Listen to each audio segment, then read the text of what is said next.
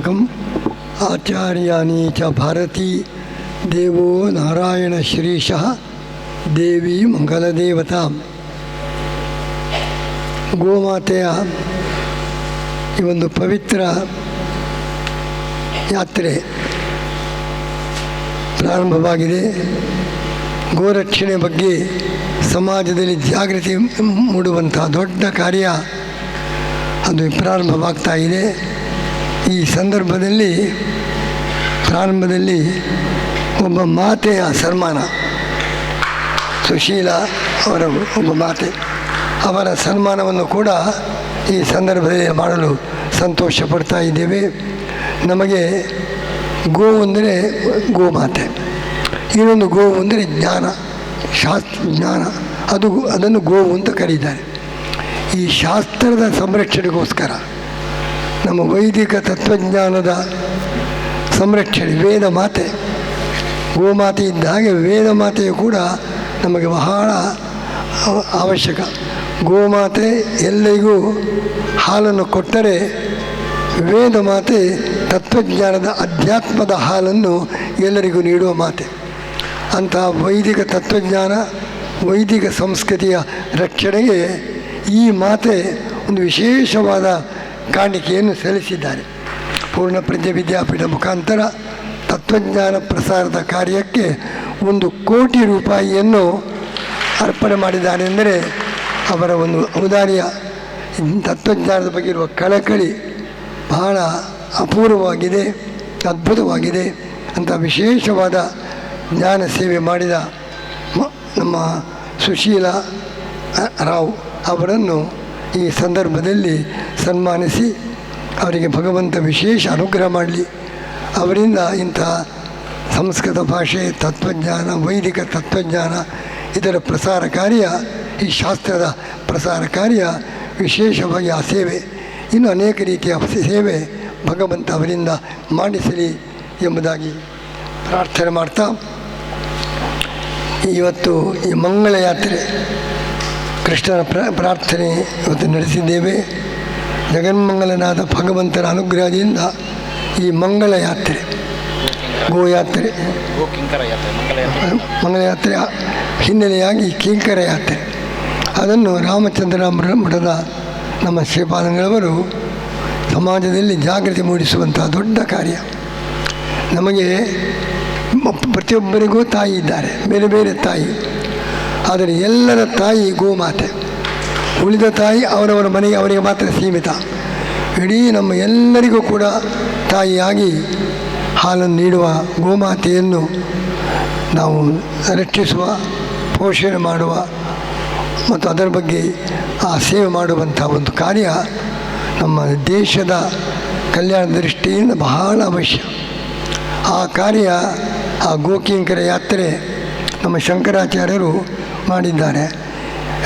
ಹೇಗೆ ಗಂಗಾ ಯಾತ್ರೆ ಭಗೀರಥ ಆರಂಭಿಸಿದ, ಶಂಕರನ ಜಟೆಯಿಂದ ಗಂಗೆ ಹರಿದು ಇಡೀ ಭಾರತದಲ್ಲಿ ಭಗೀರಥ ಗಂಗಾ ಯಾತ್ರೆ ನಡೆಸಿದ.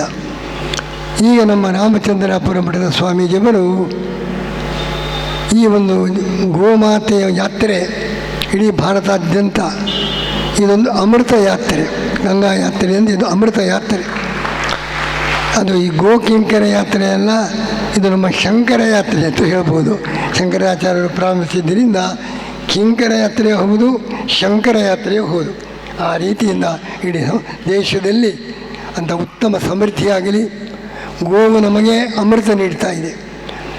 ಅಮೃತ ಗೋವು ನೀಡ್ತಾ ಇದ್ದರೆ ನಾವು ಪ್ಲಾಸ್ಟಿಕ್ ವಿಷವನ್ನು ಗೋಮಾತೆಗೆ ಉಣಿಸ್ತಾ ಇದ್ದೇವೆ. ಅದು ಅಮೃತ ನೀಡಿದರೆ ನಾವು ಅದಕ್ಕೆ ವಿಷವನ್ನು ಕೊಡ್ತಾ ಇದ್ದೇವೆ. ಎಂಥ ಒಂದು ಕ್ರೂರ ಕಾರ್ಯ ನಮ್ಮ ನಾಡಿನಲ್ಲಿ. ಆ ಕಲಿಯುಗದ ಸಂಕೇತ ಭಾಗವತದಲ್ಲಿ ಹೇಳಿದೆ. ಕಲಿ ಎಲ್ಲಿದ್ದಾನೆ ಅಂತ ಹುಡುಕಲು ಪರೀಕ್ಷಿತ ಹೋದ. ಕಲಿಯ ದರ್ಶನ ಎಲ್ಲಾಯಿತು? ಒಬ್ಬ ಗೋವನ್ನು ಕಡಿತಾ ಇದ್ದಾನೆ, ಅದಕ್ಕೆ ಪ್ರಯತ್ನಿಸ್ತಾ ಇದ್ದಾನೆ ಕತ್ತಿ ಹಿಡಿದು. ಅದನ್ನು ಕಂಡ, ಇದು ಕಲಿ ಇಲ್ಲಿದ್ದಾನೆ ಅಂತ ಕಲಿಯನ್ನು ಗುರುತಿಸಿದ.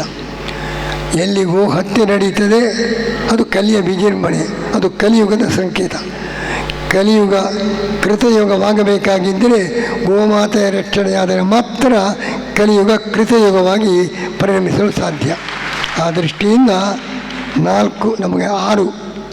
ಒಂದು ಗಂಗಾ ಗ, ಇನ್ನೊಂದು ಗೀತ, ಮೂರನೇದ್ದು ಗಂಗಾ ಗಾಯತ್ರಿ ಗಂಗೆ ಗಾಯತ್ರಿ ಗೀತೆ, ಆಮೇಲೆ ಗೋವಿಂದ, ಆಮೇಲೆ ಗೋಮಾತೆ. 5 ಇದ್ದರೆ ಇಡೀ ರಾಷ್ಟ್ರದ ಐಕ್ಯದ ಒಂದು ಕೇಂದ್ರ. 5 ಗಂಗೆ, ಗಾಯತ್ರಿ, ಗೀತ, ಗೋವಿಂದ, ಭಜ ಗೋವಿಂದಂ ಅಂತ ಹೇಳಿ ಶಂಕರಾಚಾರ್ಯರೇ ಗೋವಿಂದನ ಸ್ಮರಣೆ ಮಾಡಿದ್ದಾರೆ. ಭಗವದ್ ಭಕ್ತಿ, ಗೋರಕ್ಷಣೆ, ಗೀತೆ, ಗಾಯತ್ರಿ, ಗಂಗಾ, ಇದು ನಾಡನ್ನು ಒಂದುಗೂಡಿಸುವಂಥ 5 ಗಕಾರಗಳು. ಅದನ್ನು ಉಳಿಸುವಂಥ ಪ್ರಯತ್ನ ನಾವೆಲ್ಲ ಭಾರತೀಯರು ಮಾಡಬೇಕಾಗಿದೆ. ಆ ದೃಷ್ಟಿಯಿಂದ ಈ ಗಂಗಾ ಯಾತ್ರೆ, ಗೋಯಾತ್ರೆಯ ಮಂಗಳ ಯಾತ್ರೆ ಅಂಗವಾಗಿ ಈ ಒಂದು ಕಿಂಕರ ಯಾತ್ರೆ ಯಶಸ್ವಿಯಾಗಿ ನಡೆಯಲಿ, ನಾಡಿನಾದ್ಯಂತ ಜಾಗೃತಿ ಮೂಡಲಿ. ಆ ಮೂಲಕ ಈ ರಾಷ್ಟ್ರಕ್ಕೆ ಒಂದು ವಿಶೇಷವಾದ ಸಮೃದ್ಧಿ, ಆಧ್ಯಾತ್ಮಿಕ ಸಮೃದ್ಧಿ, ಭೌತಿಕ ಸಮೃದ್ಧಿ ಎರಡಕ್ಕೂ ಕೂಡ ಗೋರಕ್ಷಣೆ ಸಂಕೇತ. ನಮಗೆ ಆಧ್ಯಾತ್ಮಿಕತೆ, ಭೌತಿಕತೆ ಎರಡರಲ್ಲಿ ಕೂಡ ಪ್ರಗತಿಯನ್ನು ಸಾಧಿಸಲು ಗೋರಕ್ಷಣೆ ಅತ್ಯಂತ ಅವಶ್ಯಕ. ಆ ಕಾರ್ಯದಲ್ಲಿ ನಾಡನ್ನು ಜಾಗೃತಗೊಳಿಸುವಂಥ ಕಾರ್ಯ ಈ ಕಿನ್ನರ ಯಾತ್ರೆ ಮುಖಾಂತರ ನಡೆಯುವ ಮಂಗಳ ಯಾತ್ರೆಯಿಂದ ಆ ಕಾರ್ಯ ನಡೆಯಲಿ ಎಂಬುದಾಗಿ ಪ್ರಾರ್ಥಿಸಿ ನನ್ನ ಮಾತನ್ನು ಮುಗಿಸ್ತಾ ಇದ್ದೇವೆ. ಶ್ರೀಯುತ ಗುಣವಂತೇಶ್ವರ ಭಟ್ರು ಧನ್ಯವಾದದ ನುಡಿಗಳನ್ನು ಅರ್ಪಿಸಬೇಕು ಅಂತ ವಿನಂತಿ.